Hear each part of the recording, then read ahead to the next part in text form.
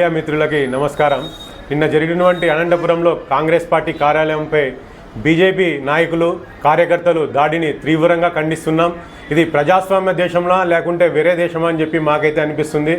ఈ రాష్ట్రంలో కాంగ్రెస్ పార్టీ నాయకులు ఈ చేస్తున్నటువంటి ఈ దాడులను తీవ్రంగా ఖండిస్తున్నాం.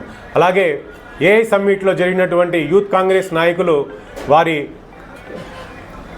ధోరణి అంటే వారి యొక్క శాంతియుతంగా చేస్తున్నటువంటి ధర్నాని ఏదైతే బీజేపీ కార్యకర్తలు ఈ విధంగా కాంగ్రెస్ పార్టీ కార్యాలయాలపై దౌర్జన్యంగా దాడి చేస్తున్నటువంటి ఏదైతే కార్యక్రమం చేశారో దీన్ని కదిరి కాంగ్రెస్ పార్టీ నాయకులందరూ కూడా తీవ్రంగా ఖండిస్తున్నాం.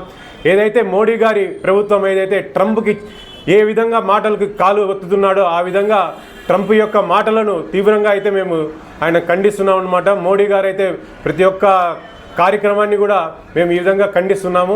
ఒక నిమిషం పోయి ట్రంప్ గారు మన భారతదేశంపై విధించినటువంటి 30% పన్నులను తగ్గించి 18%గా చేయడం ఏదైతే ట్రంప్ యొక్క చర్యలను అయితే మేము తీవ్రంగా ఖండిస్తున్నాం.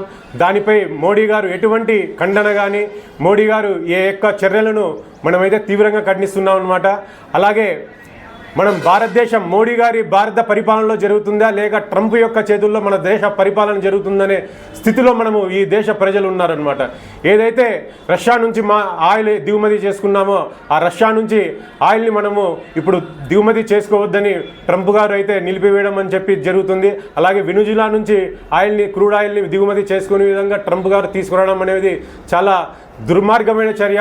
అంటే భారతదేశానికి ఒక సొంత నిర్ణయం అంటూ లేకుండా చేసినటువంటి ఈ మోడీ గారి ప్రభుత్వ అసమర్థ పాలనకు ఈ భారతదేశ ప్రజలు అలాగే రైతులు మనం ఎక్కువగా ఇప్పుడు చూసుకున్నట్లయితే అమెరికా నుంచి చేసుకున్నటువంటి ఈ ఒప్పందం వల్ల మన భారతదేశ రైతులైతే తీవ్రంగా నష్టపోవడం జరుగుతుంది.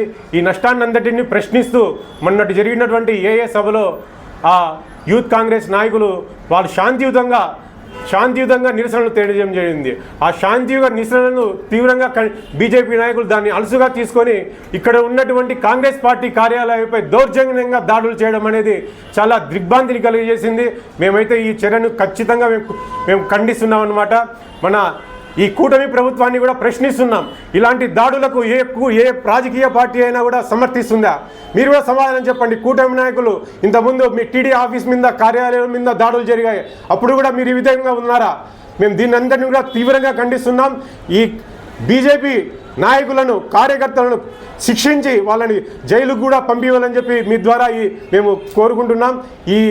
మేము ఈ దాడులను తీవ్రంగా ఖండిస్తూ మా రాహుల్ గాంధీ గారికి అలాగే కాంగ్రెస్ పార్టీ అధ్యక్షులు మల్లికార్జున ఖర్గే గారికి మేము ఖచ్చితంగా తెలియజేస్తున్నాం. ఈ దాడులను మేము తీవ్రంగా ఖండిస్తూ మా రాష్ట్ర నాయకత్వం అలాగే కేంద్ర నాయకత్వం మాకు ఇచ్చేటువంటి ఆదేశాలను తప్పకుండా పాటిస్తామని తెలియజేసుకుంటూ సెలవు తీసుకుంటున్నాను.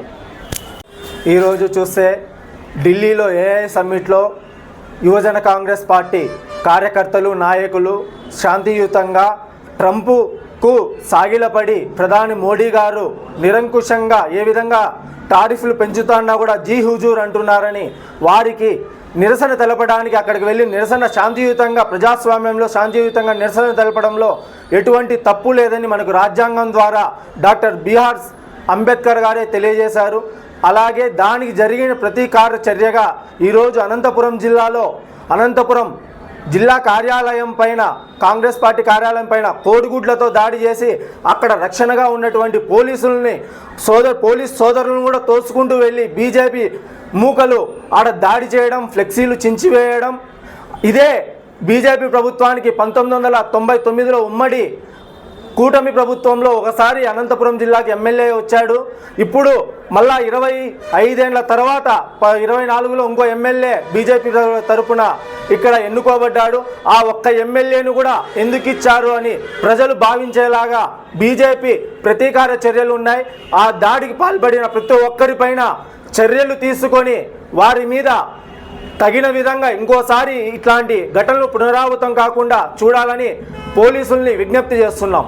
అలా ఎప్పుడూ మేము వ్యతిరేకమని చెప్పుకునే కూటమి ప్రభుత్వంలో భాగంగా ఉన్న బీజేపీ ప్రభుత్వం ఈరోజు దాడికి పాల్పడింది. వారి మీద కఠినంగా శిక్షలు తీసుకోకపోతే మీరు ఈ చర్యను సమర్థించినట్లే అని ఈ పత్రికా ప్రకటన ద్వారా తెలియజేస్తున్నాను.